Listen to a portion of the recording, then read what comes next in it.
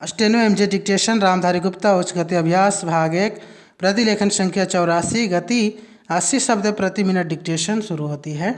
Start.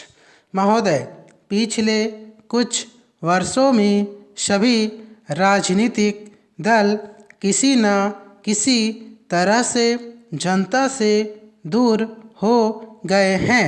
आज हम और आप दोनों को अपनी जड़ों को फिर से जमाना होगा।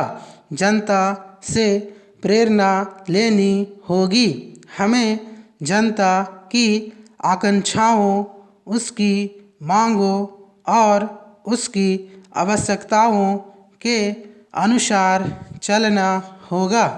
अपने देश के विशाल आकार के कारण यह बहुत बड़ा काम है, लेकिन उस आदमी के लिए कुछ भी असंभव नहीं जिसने कुछ करने के लिए कमर कस ली हो।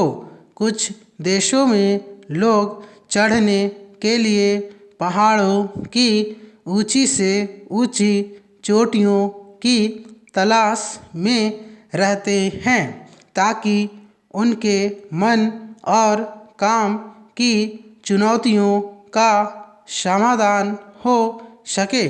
कुछ दूसरे छोटी छोटी नावों में सागरों और महासागरों को पार करने के लिए निकल पड़ते हैं। ये सब असाधारण उद्यम है, किंतु हमारी चुनौतियां तो हमारे दरवाजे पर ही दस्तक दे रही है। हमें ऊंचे ऊंचे पर्वतों पर या गहरे सागरों तक जाने की आवश्यकता नहीं। हमारे हर गांव में गरीबी है और घर घर में जात पात है। ये वे पर्वत हैं जिन पर हमें चढ़ना है और ये वे महासागर है जिन्हें हमें पार करना है।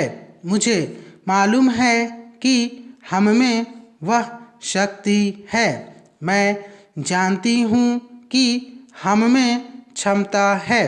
केवल प्रश्न है करने का, और मैं आशा करती हूँ कि यह सम्मेलन उस दिशा में ले जाने वाला एक छोटा सा कदम होगा। आदमी के चंद्रमा पर पहुंचने के बाद किसी ने कहा था कि वह कदम रखने वाले के लिए छोटा सा कदम है, किंतु मानव जाति के लिए बहुत बड़ा कदम था। अतः मेरे विचार से आप कह सकते हैं कि आपके लिए यह छोटा कदम होगा, लेकिन यदि आप सफल हुए तो भारत के लिए यह महान कदम होगा। पैराग्राफ। मैं आशा करती हूँ कि आप इसे ध्यान में रखेंगे और दूसरों में उत्साह पैदा कर सकेंगे, क्योंकि किसी भी तरह की उपलब्धि के रास्ते में सबसे बड़ी बाधाओं में से एक है हमारे बुद्धिजीवियों, हमारे पत्रकारों इत्यादि में व्याप्त अविश्वास या संदेह वृत्ति। इस बाधा को हटाना होगा।